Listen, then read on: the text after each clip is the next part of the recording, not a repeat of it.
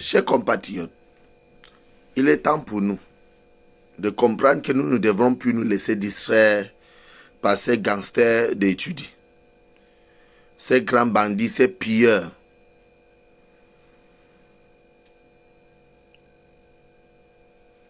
Une poignée de personnes qui a décidé de sacrifier deux régions dans notre pays.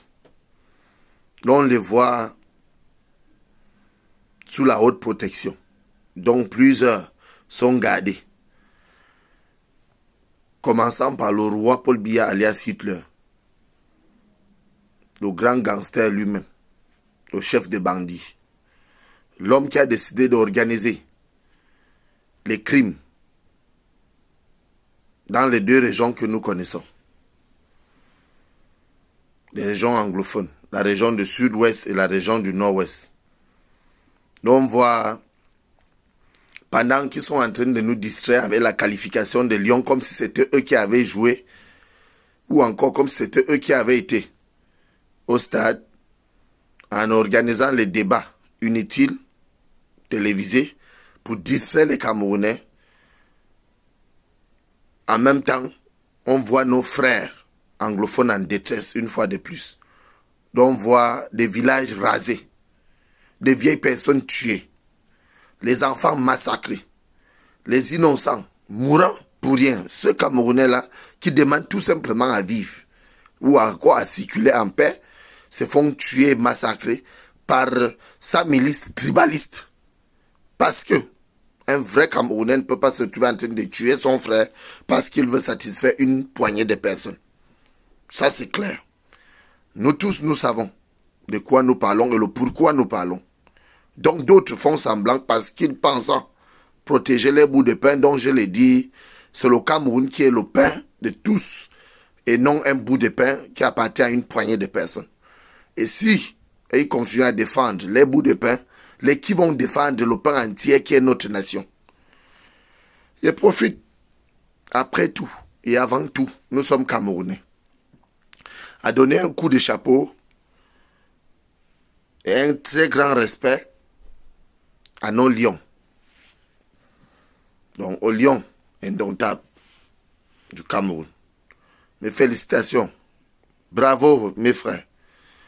Mais à cela ne tient qu'on ne nous laisse pas distraire en croyant que les Lions vont en Coupe du Monde pour remporter la Coupe ou pas. Mais nous devrons d'abord parler des vies qui sont arrachées dans notre nation, qui sont plus importants que cette Coupe du Monde. À cela ne tient en tant que nationaliste, en tant que panafricain, je continue à dire, s'il existe le massacre en région anglophone, il y a un seul coupable. Le roi Paul Biya alias Hitler et ses serviteurs. Et nous savons que la milice tribaliste qui soutient ce régime criminel est aussi responsable. D'une part parce que être militaire est un état d'esprit, comme je l'ai toujours dit. Ça ne sert à rien de fois ou parfois de tuer quelqu'un en sachant que c'est pour rendre service à une autre personne. Arracher la vie aux vieilles personnes, comme nous avons vu il y a cela 2 jours, le massacre qu'il y a eu en région anglophone. Des milliers de personnes tuées. Et nous savons que depuis cette crise anglophone, nous avons déjà perdu plus de 18 000 Camerounais.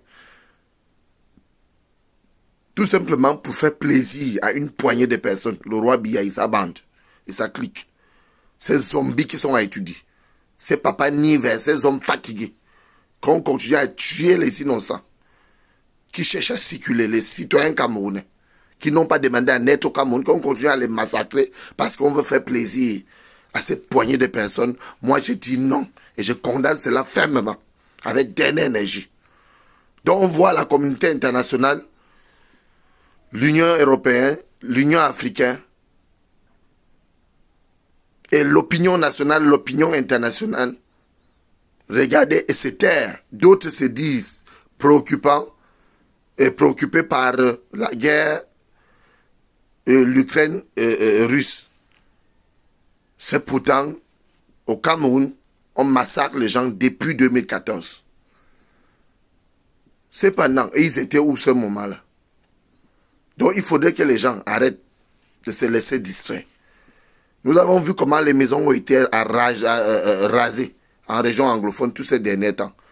Comment on a tué des vieilles personnes. Regardez les photos de ces personnes-là. Nous tous, nous avons les parents. Nous tous, nous avons les pères. Nous tous, nous avons les mères. Nous avons les enfants. Sans compter ceux qui sont exilés. Tout simplement parce que le roi Paul Biya ne veut écouter personne. Il veut faire ce qu'il veut pour s'éterniser au pouvoir avec sa bande, à sa clique de bandits qu'il a recrutés, les tueurs à gages qui sont autour de lui.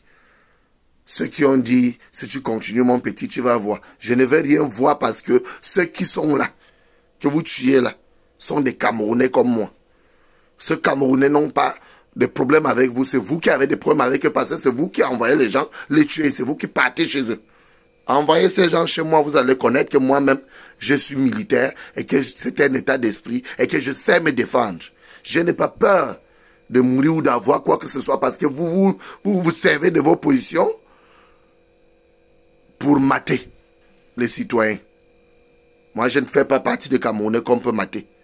Je réponds à ceux-là et profite à répondre à ceux-là qui passent en leur temps à me dire, tu vas voir, viens parler ça ici au Cameroun. Ceux que vous tuez là, on parlait quoi? Rien. Moi, je dénonce au moins ces atrocités commises par ces régimes criminels. D'autres Camerounais qui s'entretuent, comme si le Cameroun était devenu un pays où pour être Camerounais de région anglophone, on doit être massacré. Tout ça parce que le roi Biya n'a jamais eu la volonté de bien faire les choses ou encore de gérer cette crise. Ce qui le préoccupe, c'est de prendre de l'argent et partager avec l'Occident, surtout avec la France, avec les Occidentaux et la France, parce que nous savons ce qui se passe réellement derrière cette guerre. Alors je profite en tant que nationaliste à rappeler les Camerounais au calme, à demander à nos frères et sœurs anglophones, à apaiser les cœurs et à demander à l'armée camerounaise de battre retrait, de retourner dans les casernes pour qu'enfin nous trouvons une porte de négociation pour mettre fin à cette sale guerre qui fait en sorte que des personnes meurent, des personnes âgées, des enfants, qu'on élimine des familles des autres, qu'on rase, on brûle les maisons des autres, les efforts des autres. Comme si notre pays n'allait plus jamais changer. Certes, ça ne peut pas changer tant que c'est le roi Biya. Et ça clique au pouvoir parce que ça les arrange à se terre au pouvoir. Mais j'appelle le peuple camerounais à se conscientiser, à comprendre que dans la guerre, personne n'a jamais gagné. On finit toujours perdant. Et que les Occidentaux viendront toujours nourrir les Camerounais, donner les armes aux anglophones pour combattre les francophones, donner les armes au pouvoir d'étudier pour massacrer les propres frères. Ça a toujours fonctionné comme ça.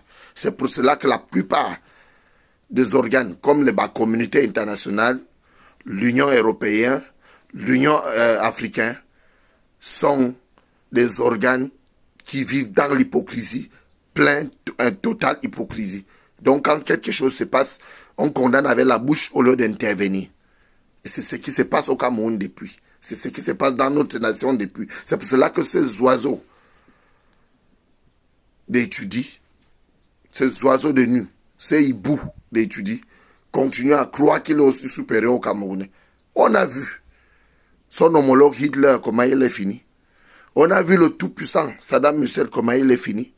On a vu pas mal de dictateurs plus que lui, comment ils sont finis. Mais je lui rappelle que sa fin, c'est pour très bientôt. Rendez-vous pour 2023. Si le roi Biya reste encore au pouvoir, c'est que nous ne sommes pas des vrais Camerounais. Et nous allons y arriver. Nous allons récupérer notre nation pour un vivre ensemble et vivre mieux. Pour un partage et égalité, justice équitable. Et la libération de tous les détenus politiques, sans délai ni condition.